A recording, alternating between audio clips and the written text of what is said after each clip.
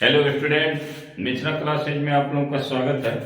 जैसा कि हम लोग जो है पिछले वीडियो में क्वेश्चन नंबर 7 तक कर चुके थे। आज हम लोग जो है क्वेश्चन नंबर 8 से करेंगे। तो क्वेश्चन नंबर 8 को देखते हैं। जैसे क्वेश्चन नंबर 8 दिया है कि tree is broken due to a storm in such a way that the top of tree touches the ground and makes an angle of 30 degree with the ground length of the broken upper part of the tree is 8 meter. Find the height of the tree before it was broken. यानी tree का height निकालना है। तो देखिए ये NCERT का question है, मतलब एनसीईआरटी में ये क्वेश्चन इस तरह के क्वेश्चन दिए हुए है और ये बेसिक तौर से एनसीईआरटी के ही है। तो देखिए इसमें दिया हुआ है कि एक ट्री है जो स्टॉर्म से टूट गया, यानी तूफान आया तो ये ब्रेक हुआ। तो ब्रेक होकर के इसका ब्रोकन पार्ट का लेंथ इसमें क्वेश्चन में दिया है कि जो ब्रोक हुआ उस पार्ट का लेंथ है 8 मीटर। तो अब देखिए ट्री में क्या होता है, बार्क होता है और उस बार्क के द्वारा क्या होता है कि जब टूटता है तो वो क्या होता है, जमीन के साथ जो है अटैच कर जाता है, यानी अर्थ के साथ।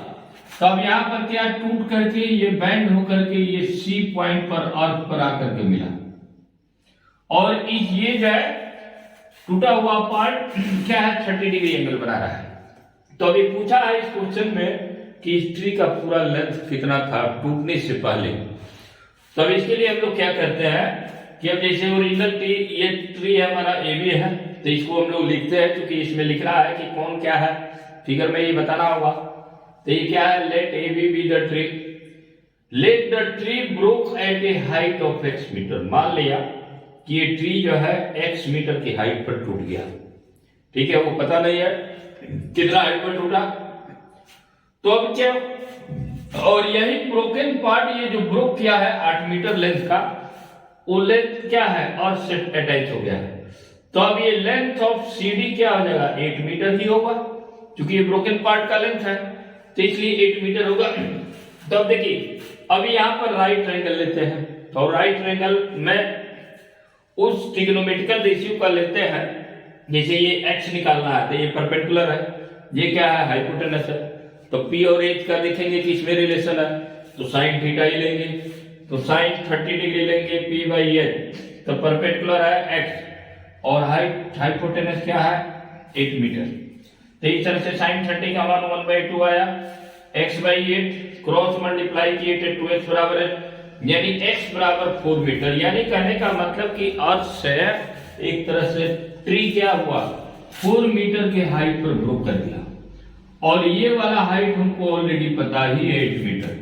तो इसलिए टोटल लेंथ ऑफ ट्री क्या हो जाएगा x प्लस 8, यानी इस x को ऐड कर देंगे यानी 4 प्लस 8, x का मान आया 4 और 8 मीटर ब्रोकन पार्ट का लेंथ है। तो ये टोटल लेंथ हो गया ये ट्री और जो क्वेश्चन ये पूछा था, तो इसको आप लोग नोट डाउन कीजिए।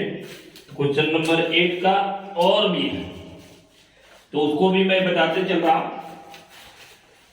अब जैसे क्वेश्चन नंबर 8 का और देखते हैं।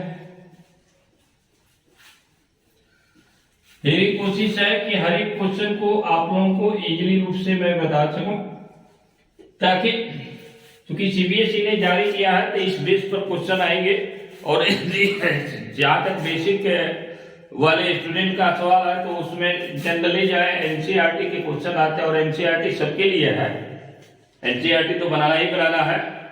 तब देखिए क्वेश्चन नंबर 8 का और है, दिया है कि 2 poles of equal height are standing opposite each other on either side of the road 80 meter wide. From a point between them on the road, the angle of elevation of the top of poles are respectively 60 degree and 30 degree. तब देखिए ये भी question बहुत ही NCERT का question है। तब देखिए ये कह रहा है कि एक रोड है और ये रोड है चौड़ाई में रोड, और इस रोड के आइडर साइड यानी एक तरफ एक पोल है, 2 पोल है दोनों तरफ और दोनों इक्वल हाइट का है, दोनों क्या है इक्वल हाइट का है। तब ये दोनों इक्वल हाइट करेंगे। तब ये कह रहा है कि इसके टॉप पर इस रोड के बीच में किसी एक पॉइंट से कोई ऑब्जर्वर अगर देख रहा है इसके टॉप को, तो इसका एंगल ऑफ एलिवेशन मान लीजिए कि यहां बन रहा है, जैसे यहां से हम ऑब्जर्व कर रहे हैं, तब इसके टॉप को देखेंगे तो एंगल ऑफ एलिवेशन एक आ रहा है कि रूट पर यहां पर बन रहा है, वो कितना डिग्री है, तो पहला वाला का जो है 60 डिग्री है, और एक दूसरा वाला है जिसका 30 डिग्री है, ये 30 डिग्री है, और ये दोनों पोल क्या है, इक्वल है, जैसे ए बी और सी डी दो पोल है। तो मान लेते हैं एच मीटर का होगा, एच मीटर में ले लेते हैं, और ये कह रहा है कि 80 मीटर वाइड है, टोटल ये रोड का लेंथ क्या है, ये लेंथ जो है हमारे पास 80 मीटर है। तो अभी क्वेश्चन में पूछा गया है कि find the distance of point from the two pole, यानी इस पॉइंट, यानी मान लेते हैं ये P है, तो इस P का AB से कितना डिस्टेंस है और CD से कितना डिस्टेंस है, ये पूछा गया क्वेश्चन। तो मान लेते हैं कि इस AB से लेंथ x मीटर है, नहीं पता है, तो ये टोटल लेंथ 80 है, तो PC क्या हो जाएगा, 80 माइनस x होगा, 80 माइनस x होगा। तो अब यहां पर लिखेंगे, सबसे पहले तो लिखना है फिगर में क्या क्या किया हुआ, तो यहां लिखेंगे कि let AB and CD be to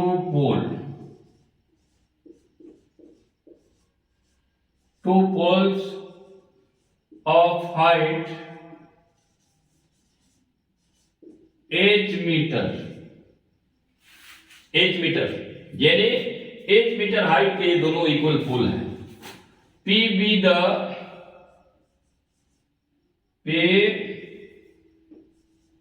the point on the road, यानी रोड BC है, रोड BC के बीच में जो है पॉइंट है P, ठीक है।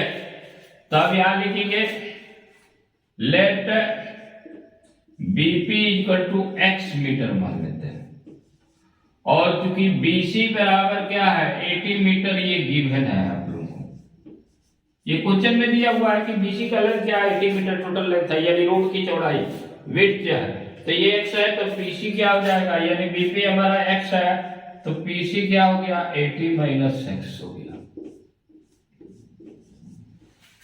अब क्या करेंगे कि दोनों ट्रायंगल को लेके, पहला ये ट्रायंगल में ले लेते हैं इन ट्रायंगल DCP, तो यहां पर देखिए जाए इन ट्रायंगल DCP में क्या लेंगे tan थीटा, चूंकि परपेंडिकुलर और बेस का रिलेशन है, तो इसलिए tan 30 ले लेते हैं, tan 30 परपेंडिकुलर बटा बेस यानी h by 80 minus x, tan 30 का मान 1/√3 होता है, बराबर h बाई 80 माइनस x, यानी h√3 बराबर क्या हो गया 80 माइनस x आ गया।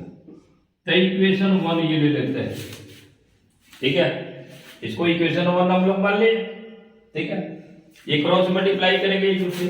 अब इस राइट ट्रायंगल में देखते हैं, in right triangle ABP, in right triangle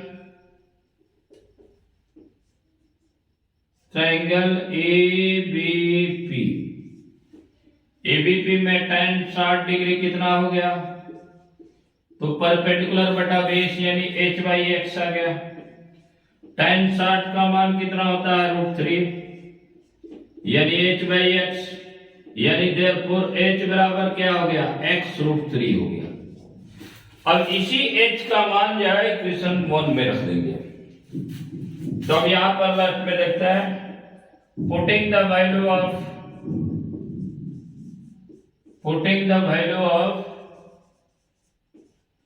h in equation 1 में रखेंगे।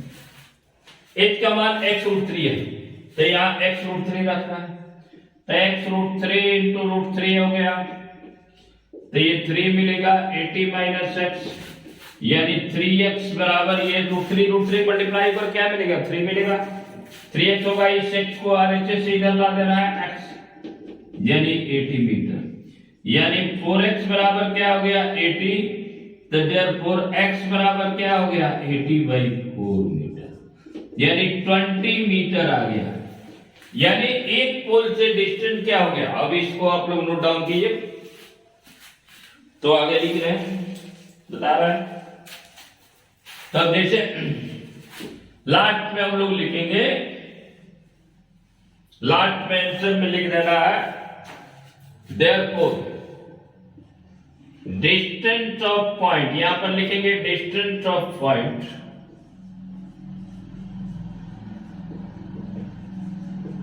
फ्रॉम फर्स्ट पोल, यानी फर्स्ट पोल से कितना डिस्टेंस हो गया, तो ये 20 मीटर है। कितना आ गया, तो 20 मीटर आ गया, तो ये 20 मीटर आंसर हो गया, ये कैंसर हुआ। फिर डिस्टेंस ऑफ पॉइंट, ये बहुत इजी क्वेश्चन है। Distance of point P from second point,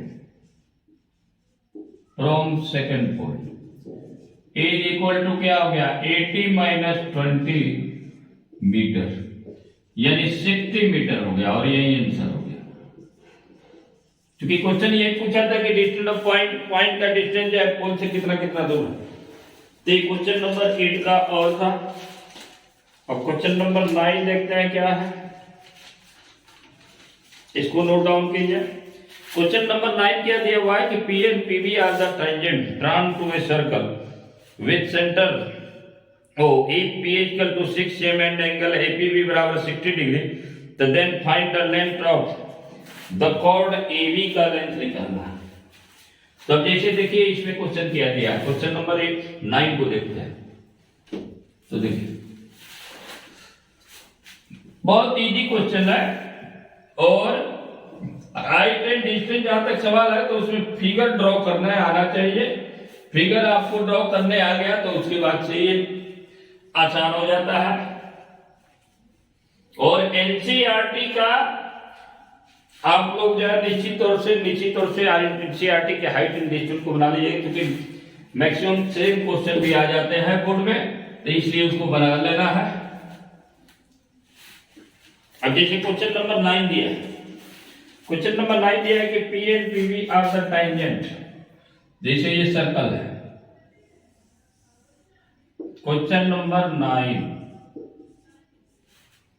यहां सेंटर O है और यहां पर एक कॉर्ड है AB है,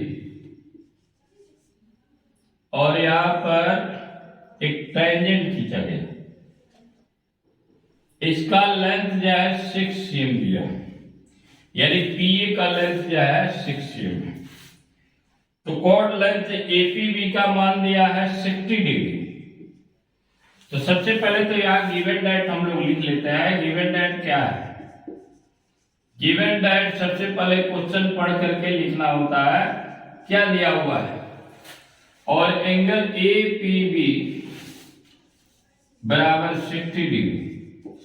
तो देखिए ये लेंथ ऑफ कॉर्ड पूछा है, तो बहुत इजी क्वेश्चन है। अब APB का 60 डिग्री है, और चूंकि हम लोग जानते हैं कि सिंस जो है tangents drawn from a point to the circle are equal to each other, यानी एक ही पॉइंट से अगर टेंजेंट हम लोग ड्रॉ करते हैं तो ये टेंजेंट क्या होता है, बराबर होता है। तो सिंस PA बराबर PB होता है, यानी PA बराबर PB हो गया। तो देयरफॉर अब ये वाला एंगल क्या होगा, आइसोसेलेस ट्रायंगल बन गया। ट्रायंगल PA बराबर PB होगा तो क्या है, आइसोसेलेस ट्रायंगल क्या होता है, angle opposite to equal sides are also equal. तो देयरफॉर हम लिख सकते हैं कि angle PAB equal to angle PBA होगा। तब हम लोग को पता है इन ट्रायंगल अब APB में लेते हैं। देखिए कितना आसान है, in triangle APB angle PAB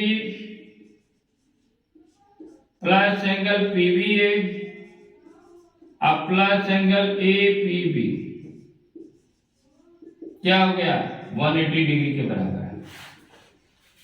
तब PAB PBA चूंकि ये बराबर है, यहाँ 1 में इक्वेशन 1 मान लीजिए।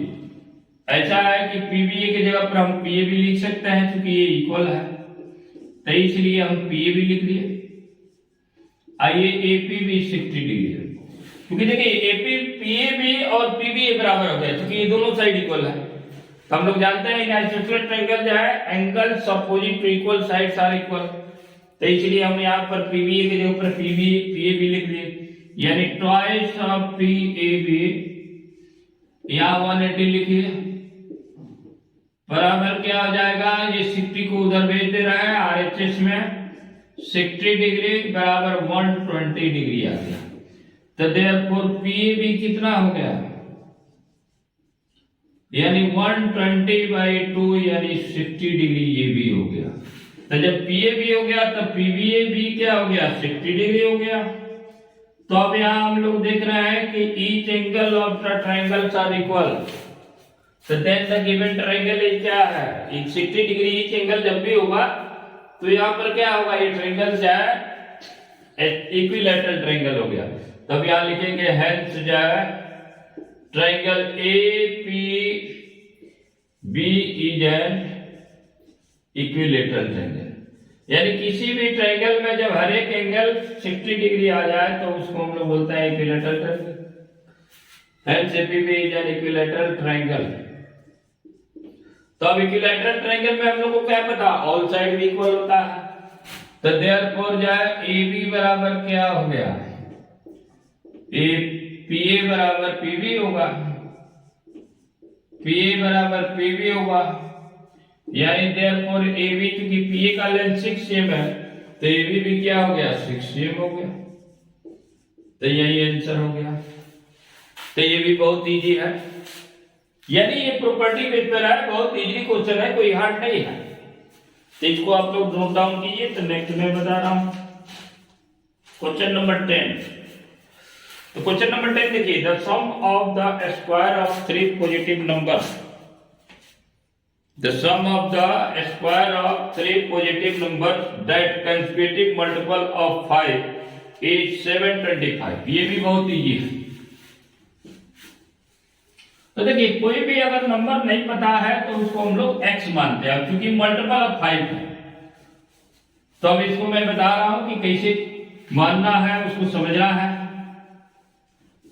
तो देखिए मल्टीपल ऑफ 5 अगर लेते हैं यानी 5 से डिविजिबल नंबर, तो मल्टीपल ऑफ 5 नंबर क्या होता है, जैसे 5 हो गया, 10 हो गया, 15 हो गया, ये क्या हो गया 20, ये सारा मल्टीपल ऑफ 5 है।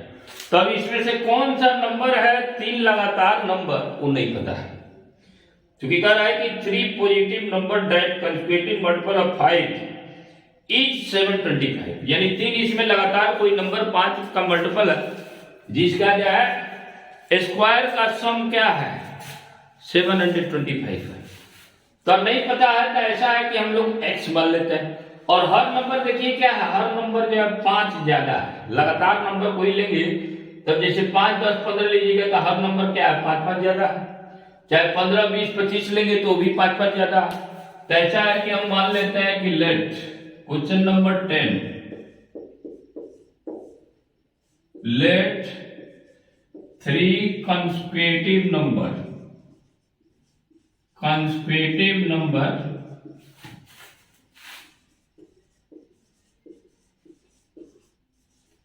ठीक है, 3 consecutive number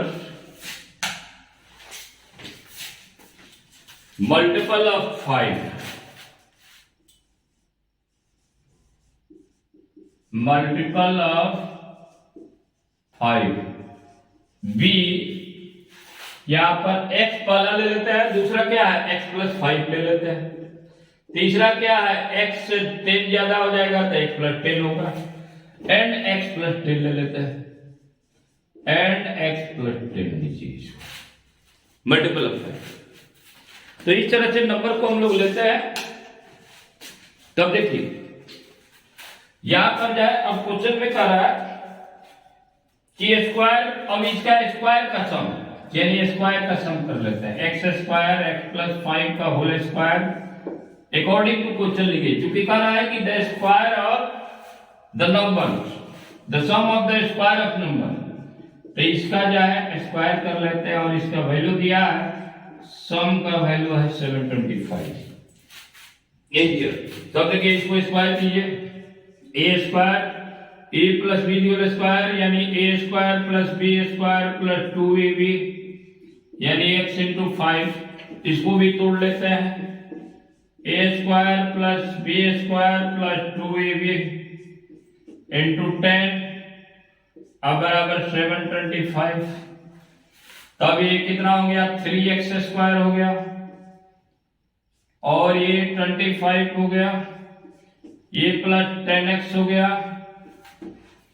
और ये 100 हो गया और ये 20x हो गया बराबर 725। अब इधर 125 है, 125 को उधर लेकर चले जाएंगे, चाहे सबको इधर ही ला दे रहा है।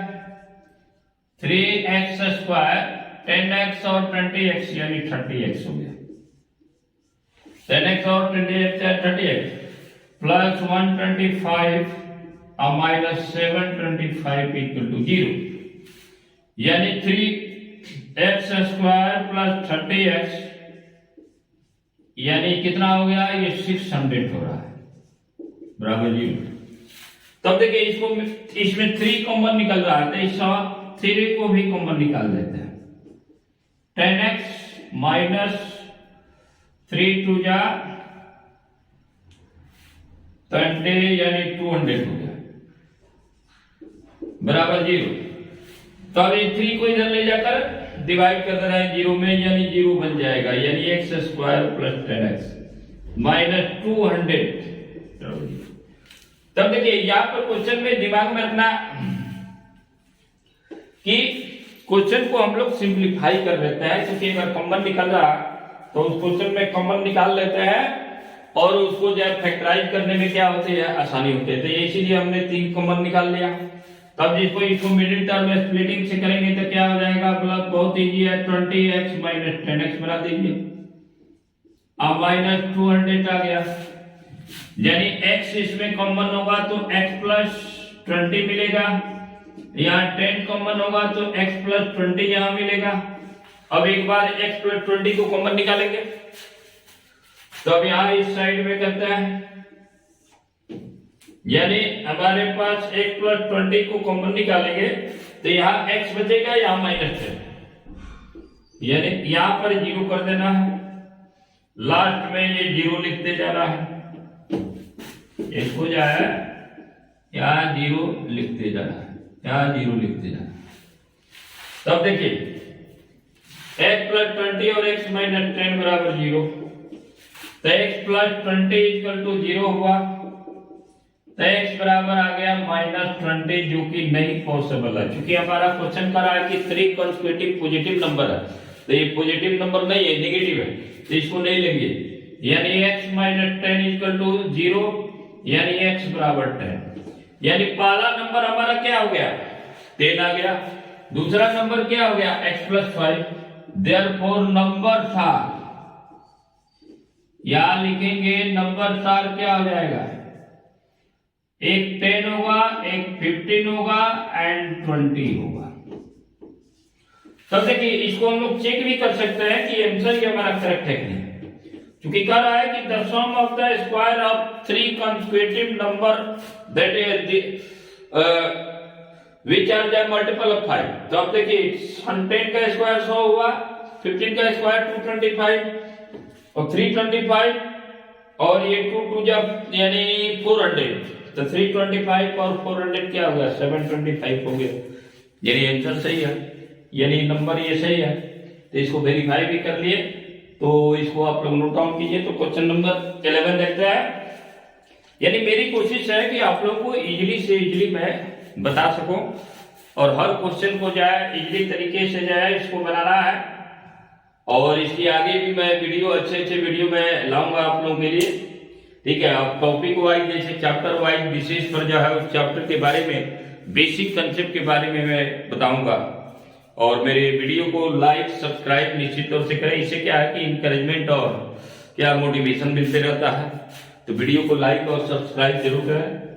तो क्वेश्चन नंबर 11 देखते हैं। अब देखिए क्वेश्चन नंबर 11 स्टैटिस्टिक है। दिया हुआ है कि कंस्ट्रक्ट टू नहीं 11 तो कंस्ट्रक्शन से है। Construct two concentric circle of radii 3 cm and 7 cm. Draw two tangent to the smaller circle from a point P.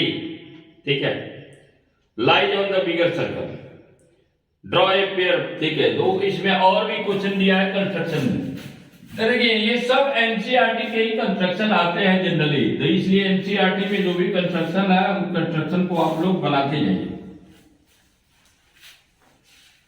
तो यहाँ कंस्ट्रक्शन क्या है, ये क्वेश्चन कह रहा है कि दो कंसंट्रेटिक सर्कल बनाइए जो कि 3 cm और 7 cm का। तब देखिए कंपास लेकर के और 3 cm स्केल पर मेजर कर लेना है। तो 3 cm का एक सर्कल हम लोग खींच लेते हैं, जैसे इस तरह हम लोग ड्रॉ कर लेंगे सर्कल 3 cm का, कंपास यहां सेंटर लेंगे और फिर यही सेंटर लेकर, क्योंकि कंसंट्रेटिक सर्कल है तो इसलिए यही सेंटर लेकर के फिर कंपास लेकर के हम लोग जाए यहाँ पर रखेंगे सेंटर पर और 7 cm स्केल से 7 cm मेजर कर लेना है। तो इसी सेंटर को लेकर के 7 cm का एक जो है हम लोग सर्कल ऐसे खींच देते हैं। अब ये क्वेश्चन कह रहा है ये सर्कल हम लोग खींच लेते हैं। अब ये क्वेश्चन कह रहा है कि एक पॉइंट P है जो बिगर सर्कल पर है, यहां पर कोई पॉइंट P है, ठीक है। तो अब इस पॉइंट P से इस स्मॉलर सर्कल के ऊपर खींचना है। तो देखिए टेंजेंट खींचने के लिए रूल है कि सेंटर से जहां से हमको खींचना है उस पॉइंट को मिला देते हैं स्केल से और इसी का परपेंडिकुलर बाइसेक्टर खींचते हैं। जैसे परपेंडिकुलर बाइसेक्टर हाफ से अधिक ले लेंगे इधर, अब फिर इस सेंटर P पर आएंगे और इधर कट कर लेंगे, तब इसका परपेंडिकुलर बाइसेक्टर जैसे मान लीजिए कि ये मिला तो ये Q मिला, ये क्या है Q मिल गया। तब इसी Q पर कंपास रखेंगे उसका, यानी कंपास का नो, अब पेंसिल यहां पर रेडियस ले लेंगे P, यानी QP चाहे OQ, कोई भी रेडियस लेकर के ऐसे सर्कल ड्रॉ करते हैं हम लोग। तो ये सर्कल क्या होगा कि इस P से पास होते हुए आएगा और इस सर्कल को, यानी जो अंदर में सर्कल है छोटा वाला सर्कल, इस सर्कल को जहां जहां काटेगा उसी को स्केल से मिला देंगे P को और यही टेंजेंट हो जाएगा। यानी टेंजेंट कभी भी खींचने का रूल है, ठीक है, यही रूल है कि उस पॉइंट से कहीं भी पॉइंट पर, अब जैसे एक बार थोड़ा इसको जाए क्लियर देखते हैं। जैसे ये सर्कल खींच लिए 3 cm, फिर ये 7 cm का सर्कल खींच लिए, फिर यहां पर एक पॉइंट P है, इस पॉइंट को जोड़ दिए। तब यहीं से क्वेश्चन कर रहा है कि इस पॉइंट P से जो है आप टेंजेंट कीजिए स्मॉलर सर्कल पर, ठीक है। तो अब स्मॉलर सर्कल पर खींचना है तो इसका परपेंडिकुलर बाइसेक्टर हाफ से अधिक इधर काट लेंगे, इधर भी काट लेंगे, फिर यहाँ आएंगे वही कंपास का रेडियस, कंपास रेडियस नहीं बदलना चाहिए। तो अब यहाँ क्या हुआ कि हाफ हाफ कट गया, मान लीजिए हाफ कट गया। तो अब ये सेंटर Q लेकर के एक सर्कल खींचते हैं ऐसा, और इसी सर्कल को जब ड्रॉ करते हैं तो ये सर्कल ऐसे बनता है। तो अब यहां पर कट किया इस सर्कल को, यहां कट किया, मान लेते हैं A पर काटा और B पर काटा और इसी P को ज्वाइन कर देंगे B से और ये से, यही टेंजेंट हो गया टू ए कंसेंट्रिक सर्कल, यानी स्मॉलर सर्कल पर क्या टेंजेंट हो गया। तो बहुत इजी है, इसको कोशिश कीजिए आप लोग। फिर draw a pair of tangent to a circle of radius 6 cm which are inclined to each other at an angle. तो ये क्वेश्चन जो है स्टैंडर्ड में दिया हुआ है, स्टैंडर्ड में भी इस तरह क्वेश्चन दिया हुआ है, स्टैंडर्ड वाले पेपर में भी और इसमें भी दिया हुआ, और ये हर साल आते रहता है। यानी कंस्ट्रक्शन में ये क्वेश्चन हमेशा आता है, इसलिए आप लोग इसको निश्चित बनाएं और बहुत ईजी है। इसको मैं इजीली तरीके से बता रहा हूं कि कैसे बनाना है। करना क्या है कि सबसे पहले हम लोग 6 cm का सर्कल आप खींच लीजिए स्केल से मेजर करके। तो अब 6 cm का जब सर्कल खींच लेंगे तो यहां सेंटर पर मान लीजिए यह, और स्केल से आप एक डायमीटर जो है ये खींच लीजिए, ए बी हम डायमीटर खींच लिए। और करना है कि चूंकि इंक्लाइनेशन 60 डिग्री पर है, तो अब इस साइड में आप 60 डिग्री का यहाँ कंपास लेकर के कोई भी आर्क, चूंकि 60 डिग्री क्या है, कोई भी आर्क ऐसे ले लेंगे और फिर उस कंपास को यहाँ पर रखेंगे और ये 60 डिग्री काट लेंगे और 60 डिग्री ये कट गया। तो देखिए इधर 60 डिग्री कट गया, इधर 120 बच गया। देखिए अब क्या करना है कि इस पॉइंट पर यानी बी या सी ले लेते हैं जहां ये कट किया, ठीक है 60 डिग्री, इधर हम 60 डिग्री कट कर दिए। अब इस साइड में यानी इस साइड में यानी बी पर सी पर यहां पर 90 डिग्री का जो रूल है, जैसे 90 डिग्री हम लोग को कंपास में बनाना है, ऐसे बनाएंगे, ठीक है। फिर यहां आएंगे, फिर यहां पर कट करते हैं, फिर यहाँ आगे सेंटर, फिर यहाँ कट करते हैं, यानी 90 डिग्री का जो रूल है ऐसे बनाएंगे। यहाँ पर भी एक बनाएंगे 90 डिग्री, उसी तरह जिस तरह नीचे बनाएंगे। तो 90 डिग्री कंपास से बना लेना है और ये जहाँ कट करेगा तो ये दोनों आकर के पी पर कट, मान लेते हैं पी पर कट किया, तो अब यहीं पर आकर के वो 60 डिग्री एंगल बन जाता है। कैसे बन जा रहा कि अगर यहाँ 90 बना दे, यहाँ 90 बना दे, तो 90 90 180, आइए 120, कितना हो गया 300।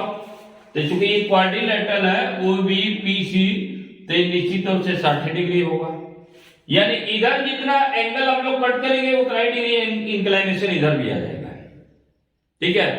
तो एक तरह से ये हम लोग जो है मेथड अपना सकते हैं, आराम से इजीली जो है ये बन जाएगा, बहुत इजी है। तो इसको आप लोग बनाइएगा, प्रैक्टिस कीजिए, कोशिश कीजिए, क्योंकि ये कंपास से बना रहा है, ठीक है। तो अगला क्वेश्चन देखते हैं, क्वेश्चन नंबर 12 की तरफ। क्वेश्चन नंबर 12 क्या है कि the following age wise chart of 300 passenger flying from Delhi to Pune is prepared by the airline staff. तो इस क्वेश्चन का जैसे दिया हुआ है वैल्यू यहाँ चार्ट दिया हुआ है, स्टैटिस्टिक्स है। स्टैटिस्टिक बहुत इजी है, इसको आप लोग बनाइए। जैसे मीन निकालना है तो मीन बहुत इजी है, तो उसको मैं बता रहा हूं कैसे बनाना है। क्वेश्चन नंबर 12 में अब जैसे क्वेश्चन में दे दिया हुआ है, सीबीएसई एक तरह से क्वेश्चन बहुत इजी दिया हुआ है। जैसे यहां पर दिया हुआ है लेस देन 10 14 दिया है, लेस देन 20 10 30। तो इसके लिए हम लोग क्या करते हैं कि अभी चूंकि लेस देन है तो इसके लिए हम लोग फ्रीक्वेंसी डिस्ट्रीब्यूशन टेबल, चूंकि क्युमुलेटिव फ्रीक्वेंसी की तरह दिया हुआ है। लेस देन 10 का मतलब 10 से कम 14 आदमी है, पैसेंजर है। लेस देन 20 में क्या हो जाएगा कि 10 वाला भी ऑब्जर्वेशन आ जाएगा। तो इसलिए इसका ये एक्चुअल फ्रीक्वेंसी नहीं है, क्योंकि मीन निकालने के लिए हमको फ्रीक्वेंसी निकालना होगा। तब देखिए क्लास इंटरवल इसका हम लोग बनाते हैं, फ्रीक्वेंसी डिस्ट्रीब्यूशन। तब यहां बनाएंगे एज, या इसको लिखेंगे एज, यहां लिखेंगे number of passenger,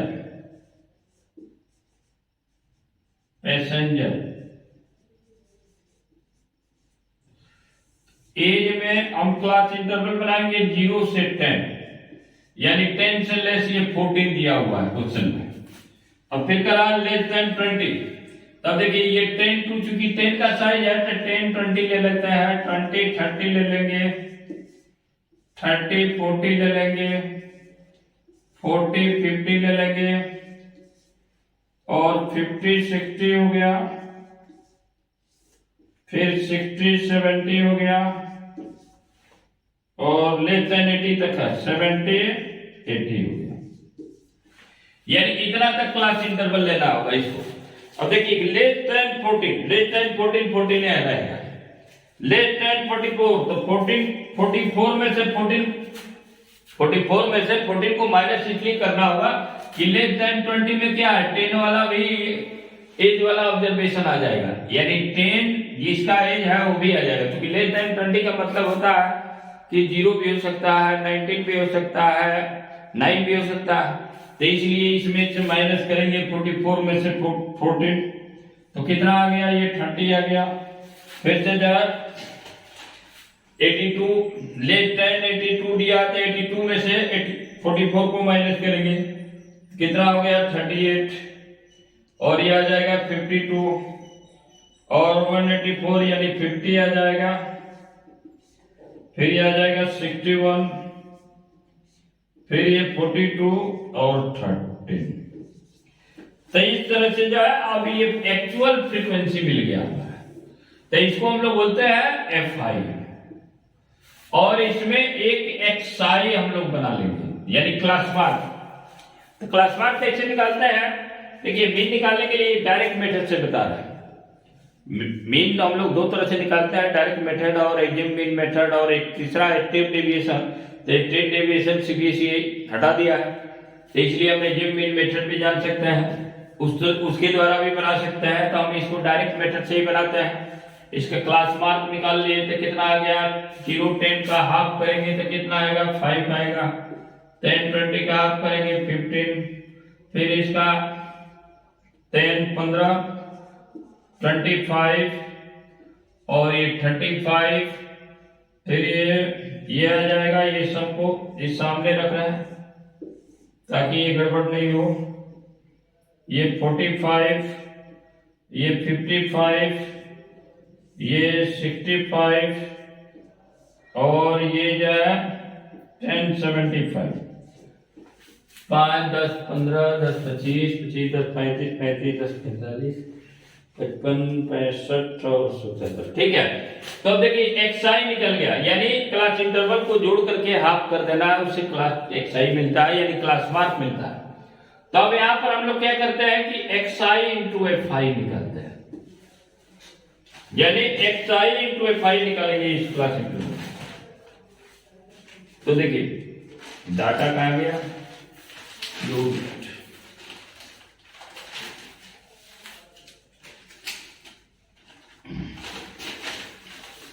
question number कितना था। तब देखिए, तो इसको मल्टीप्लाई करेंगे तो क्या क्या मिलेगा, जो है ये 70 हो जाएगा, 14 5 का 70, ये कितना होगा 450 होगा, ये कितना होगा 38 और 450 के बाद 950 आएगा आपको,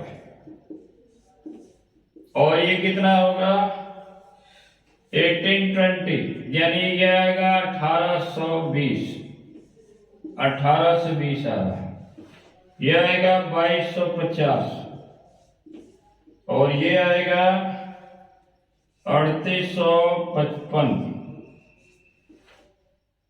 और ये आएगा 2730 और लास्ट पर आएगा 975। तब देखिए इसको हम लोग मल्टीप्लाई कर लेते हैं, क्या मल्टीप्लाई करते हैं तो एक्स आई और एफ आई, 14 5 70, 3 15 30 450 38 इंटू 25 यानी 200 और ये 75 है ना, 75 और 20 95, ठीक है, तो ये 950 होगा। तब इसका सम करेंगे तो यहां पर इसको हम लोग बोलते हैं summation of x I F I. तो समेशन ऑफ एक्स आई हम लोग जोड़ेंगे तो 12,600 मिलेगा, और एफ आई को भी समेशन कर लेते हैं, समेशन एफ आई आ जाएगा आपका 300, ये 300 आएगा, यानी इसको ऐड कर लेना। अब मीन का फॉर्मूला क्या होता है तो यहाँ साइड में ये बता रहा है, इसको आप लोग नोट डाउन कीजिए। जैसे मीन बराबर होता है summation x I F I divided by summation F I, ये डायरेक्ट मेथड है, यानी 12,600 बाई 300, तो ये कट गया यानी 4 2 जा यानी 42 आंसर हो गया। तो ये डायरेक्ट मेथड से हो गया। तो एज्यूमेंट मेथड का हम लोग यूज करते हैं, जैसे डाटा हमारा बहुत बड़ा हो गया तो कैलकुलेशन इजी बनाने के लिए हम लोग एज्यूमेंट मेथड करते हैं। अगर क्वेश्चन में दिया है एज्यूमेंट मेथड तो एज्यूमेंट मेथड से बनाना पड़ेगा। इसको आप लोग नोट डाउन कीजिए। तो अगला क्वेश्चन देखते हैं, क्वेश्चन नंबर 13। तो देखिए क्वेश्चन नंबर 13 क्या दिया हुआ है, स्टैटिस्टिक जो है बहुत इजी है, इसको आप लोग बनाइए और इसके बारे में मैं एक वीडियो लाऊंगा अच्छी तरह से, जिसमें आप लोग को इजीली समझाऊंगा स्टैटिस्टिक बनाना, क्योंकि बोर्ड में क्या है इससे क्वेश्चन जो है आते हैं रहते हैं और ये इजी है। अब जैसे 13 में क्वेश्चन नंबर 13 में क्या दिया है, एक तरह से तो ये बहुत, एक तरह से ये क्या है, केस बेस्ड स्टडी क्वेश्चन है आप लोगों का, case based study. Question number 13 case study based question. Question number 13, तो क्वेश्चन नंबर 13 दिया है, ये तो ऊपर में बहुत भूमिका, लेकिन रियल में क्वेश्चन दिया है कि फ्रॉम, जैसे दिया है कि लाइट हाउस है, it is tall tower with light near the top. तो खैर लाइट हाउस होता है, ये क्या होता है, सी कोस्टल एरिया में जनरली होता है। तो देखिए क्वेश्चन इसमें मेन दिया है कि फ्रॉम रिप lighthouse of Mumbai was constructed, it beam can be seen at a distance of 30 kilometre. The lighthouse from the opposite direction, angle of depression of it flash light from the light, ठीक है, house to the boat and shift 30 degree and 60 degree respectively. यानी देखिए इसमें क्या है कि मैंने question कर रहा है कि दो शिप है, एक शिप है एक बोट है, जो दोनों की अपोजिट डायरेक्शन में आ रहा है, और दोनों अपोजिट डायरेक्शन में आ रहा है। मतलब क्या है, एक लाइट हाउस दिया हुआ है, इस क्वेश्चन का मीनिंग क्या है, और ये 40 मीटर हाइट का ये लाइट हाउस है, और एक शिप क्या है, एक बोट है।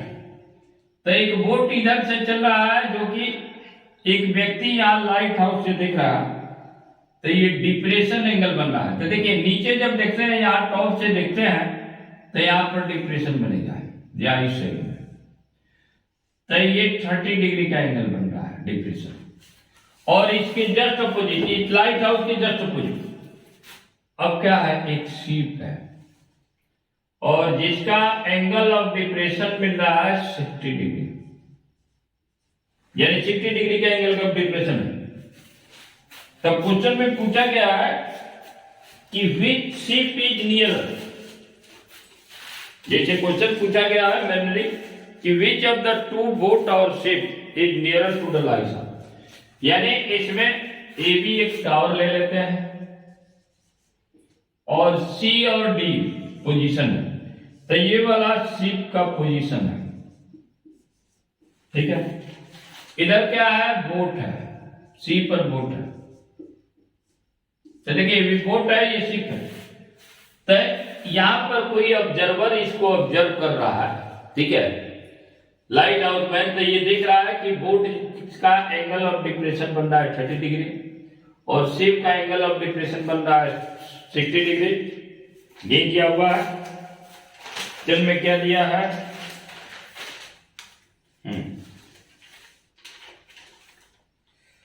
Mumbai was constructed to approximately 40 meter high, and its beam can be seen at the distance of a ship and a boat are coming toward the lighthouse from opposite direction. Angle of depression of flash from the lighthouse to the boat and ship. तो boat का जो 30 degree and ship का 60 degree, हाँ ठीक है। यानी boat का तो इधर शिप है, इधर बोट है, तो अब एक स्वाभाविक है कि ये क्या है, 60 डिग्री बना रहा है, यानी ये नियरर होगा तो मैक्सिमम एंगल बनेगा, बड़ा एंगल बनेगा। तो पहला का तो एंगल आंसर हो गया, जैसे पूछा है कि कौन नियरर, यानी पोल से कौन nearer, which of the two boat और ship is nearer to the lighthouse, find it distance from the lighthouse. तो यहाँ शिप, यहां लिख देंगे ship is nearer to lighthouse, यानी लाइट हाउस के नियरर है शिप, क्योंकि इसका एंगल क्या है, बड़ा, यानी ये नजदीक होगा तभी जाकर के वो देखेगा, तो यानी डाउन में देखेगा तो एंगल बड़ा होगा, लाइन ऑफ साइड जाए क्या होगा, एक तरह से ज्यादा एंगल बनाएगा, ठीक है। तो इसलिए यहाँ पर जो है डायरेक्ट लिख देंगे कि ship is nearer to lighthouse. अब ये पूछा है कि फाइंड द अब यहाँ पर दोनों का डिस्टेंस पूछा है, find the distance from the light house in distance. तो अब यहाँ पर डिस्टेंस निकाला, ये 40 मीटर है, ये मान लेते हैं x है, ठीक है। और ये वाला डिस्टेंस नहीं पता है, find the time taken by the boat to reach the lighthouse, ठीक है। तो अब इसको हम निकाल लेते हैं। तो अब यहाँ सबसे पहले लिखेंगे, डिनोमिनेशन लिखना होता है, ऊपर में आप लोग लिखना होगा let A B a lighthouse of 40 metre, और सी एंड डी, ये सब डिनोमिनेशन में देना बहुत जरूरी है, क्योंकि एग्जामिनर को कैसे पता चलेगा कि कौन क्या बोट है कौन शिप है। C and D are the position of, यहां लिखते हैं positions of boat and ship respectively, ये सब लिखना होता है। क्या है कि फुल मार्क्स मिलता है। अब यहां मानेंगे कि लेट BD बराबर जैसे x मीटर है, तो अब इन राइट ट्रायंगल, अब एक देखिए ये 60 डिग्री है तो ये भी 60 डिग्री होगा, अल्टरनेट इंटीरियर एंगल्स है, ये दिमाग में रहना चाहिए। ये 30 है तो ये भी 30 डिग्री एंगल बन गया। तो अब इन राइट ट्रायंगल ABD,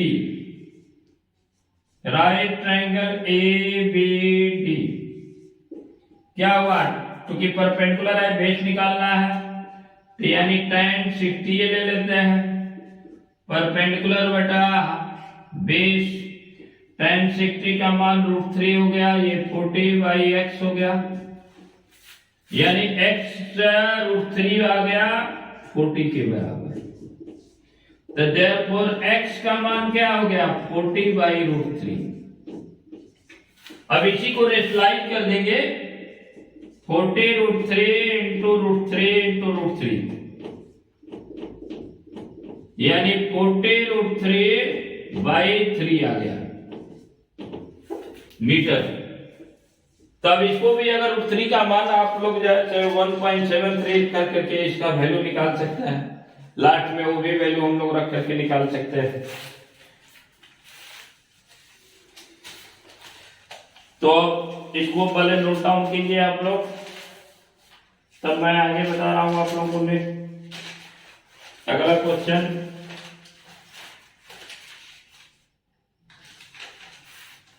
(40√3/3 हो गया। अब डिस्टेंस ये क्या हो गया, ये distance of ship from light house हो गया, यानी इसको लिखेंगे हम लोग, इसको आप लोग नोट डाउन करते चलिए। तो देखिए, यानी distance of ship from light house, यहां पर लास्ट में लिख देना होता है कि therefore distance of ship from light house क्या हो गया, यानी 40√3, तो यहां पर हम लोग 1.73 भी रख सकते हैं। अब बाई 3, तो इसको मल्टीप्लाई करेंगे तो 69.2 आएगा। इसको भी लास्ट में आप लोग कर सकते हैं, यानी 23.06 मीटर ये आएगा आंसर, यानी एंड में, ठीक है। तो इस तरह डिस्टेंस। अब इस ट्रायंगल में आते हैं, इसका भी जो है पोजीशन पता कर लेते हैं, क्योंकि अब क्वेश्चन नंबर 2 में पूछा है कि ये बोट जो है कितना देर में पहुंचेगा अगर इसका स्पीड 20 किलोमीटर पर है। तो ऐसा है कि टाइम निकालने के लिए कभी डिस्टेंस बाई स्पीड हम लोग करेंगे। तो एक काम करते हैं, को मिटाते हैं। अब यहां पर क्वेश्चन इसका सेकंड पार्ट पूछा है, क्या पूछा है कि find the time taken by the boat to reach the lighthouse if it is moving at the rate of 20 kilometre पर।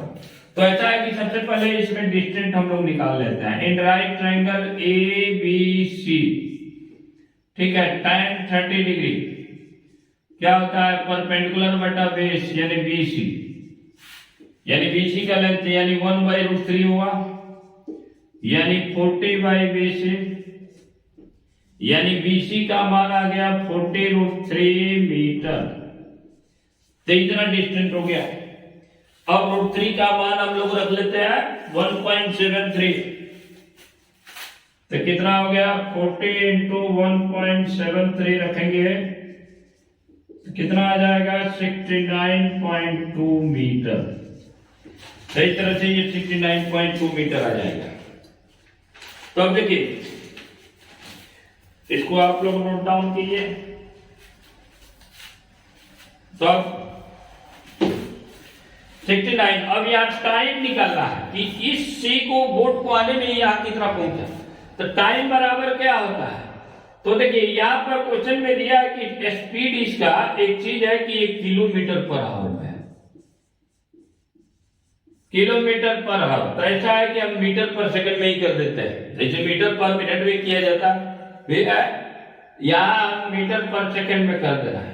5/18 से मल्टीप्लाई कर दिए मीटर पर सेकंड में चला, ठीक है, क्योंकि सेकंड में ही हम टाइम निकाल रहा है।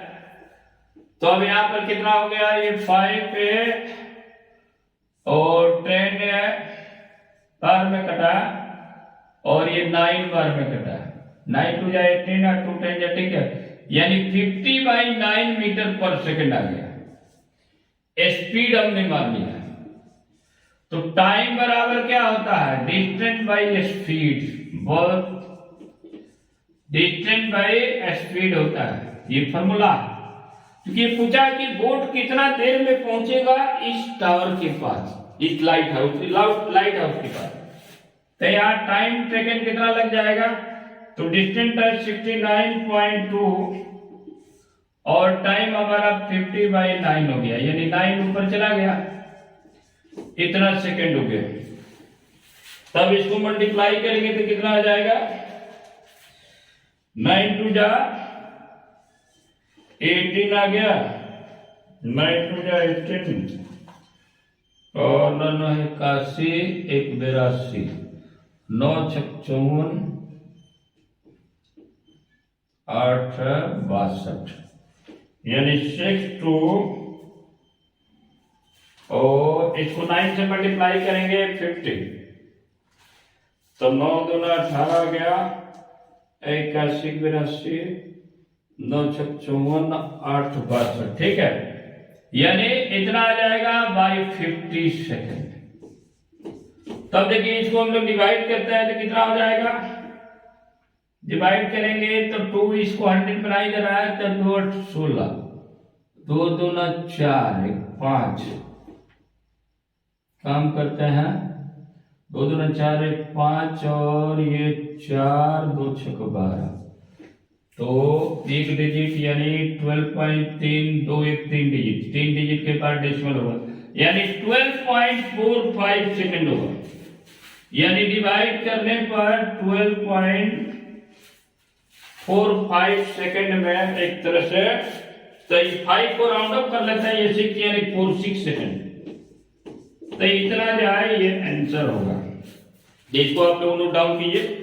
यानी क्वेश्चन जो है थोड़ा ये क्वेश्चन जो है टॉप किया है कैलकुलेशन में, इसके जो है थोड़ा कैलकुलेशन में टॉप है, दूसरा कुछ नहीं है। बाकी जो है यही फॉर्मूला है कि टाइम बराबर क्या है, डिस्टेंस बाय स्पीड से निकाल देंगे।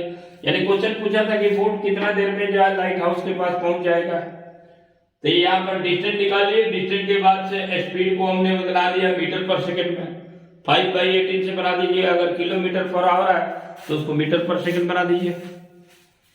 तो अगला क्वेश्चन देखते हैं, लास्ट क्वेश्चन जो है क्या दिया होगा।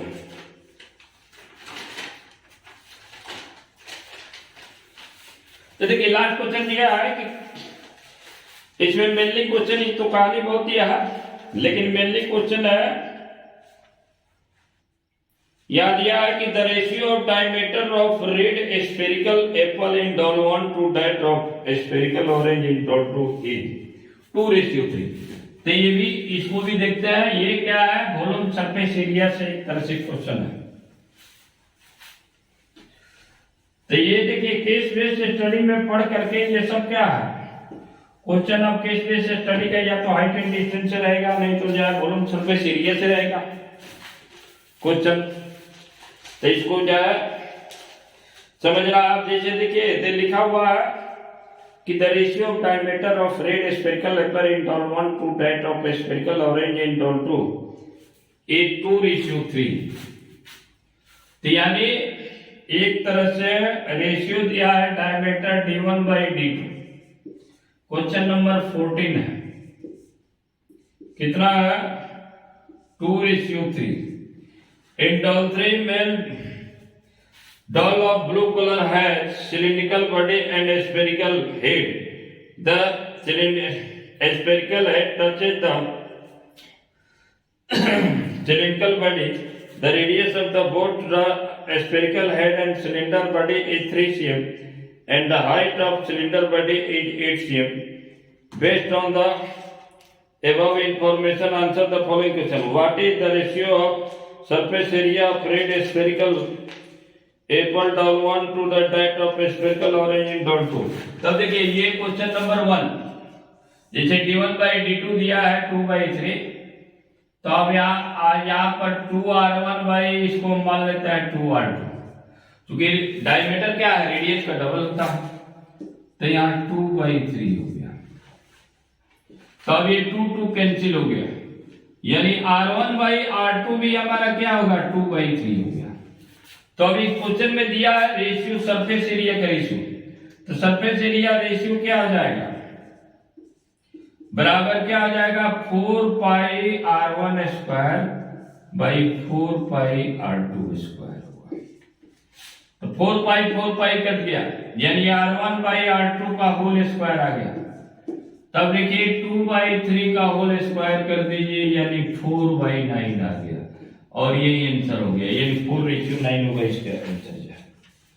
तो इसको भी आप लोग नोट डाउन कीजिए, क्योंकि ये क्वेश्चन क्या है बहुत इजी क्वेश्चन है।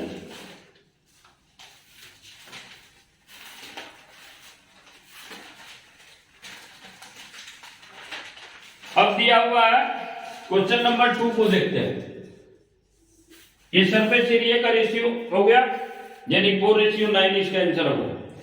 अब कह रहा है कि वॉल्यूम ऑफ डॉल 3 से, अब जैसे इसको गला करके क्वेश्चन में दिया हुआ है, देखिए क्वेश्चन को ध्यान से पढ़ना और क्वेश्चन को। तो देखिए कह रहा है कि the blue doll of 3 melted in it clay. तो देखिए डॉल 3 जो है is melted in it clay is used to make cylinder drum. तो डॉल 3 में क्या है, एक जो है सिलेंडर है और उसके ऊपर स्फीयर है। तो अब ये दोनों का वॉल्यूम अगर हम लोग देखिए एक शेप से दूसरे शेप में बदलते हैं तो वॉल्यूम नहीं बदलता है। तो इसलिए डॉल 3 का जो टोटल वॉल्यूम होगा वो क्या होगा, ड्रम के वॉल्यूम के बराबर होगा, नहीं क्योंकि उसी से ड्रम बनाना है। तो कह रहा है कि the blue doll of doll 3 is melted in it clay is used to make cylindrical drum of doll 4 if the radius of drum is also 3 cm तो find the height of drum. तो अभी इसका जो है आप लोग जो है क्या निकालते हैं, पहले जो वॉल्यूम निकाल लेते हैं डॉल 3 का, वॉल्यूम ऑफ डॉल 3। तो देखिए डॉल 3 में क्या है, एक सिलेंडर है, तो सिलेंडर का वॉल्यूम होता है πr²h, और एक स्फीयर है, तो स्फीयर का वॉल्यूम होता है 4/3 πr3, क्योंकि रेडियस सेम है, तो इसीलिए यहाँ पर πr² हम लोग कॉमन निकाल सकते हैं, यानी h + 4/3r बच गया, h + 4/3r हो गया। अब यही वॉल्यूम क्या होगा, सिलेंडर के वॉल्यूम के बराबर होगा। तब वॉल्यूम ऑफ सिलेंडर, ये हाइट निकालना है उसका, तो यहां मान लेते हैं कि let the height of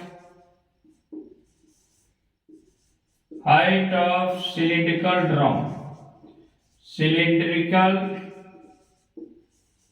drum be 8 metre, 8 cm है ना, 8 cm है, HCM मानते हैं, ठीक है। तो अब इसका वॉल्यूम क्या हो गया, πr²h, यानी पाई और रेडियस तो दोनों का सेम है, यानी उसमें भी डॉल 3 में भी क्या है, उसका भी रेडियस सेम है, इसका भी रेडियस, तो इसीलिए रेडियस सेम लेंगे। पाई आर स्क्वायर एच बराबर क्या हो गया, पाई आर स्क्वायर ये एच प्लस 4/3r के बराबर होगा।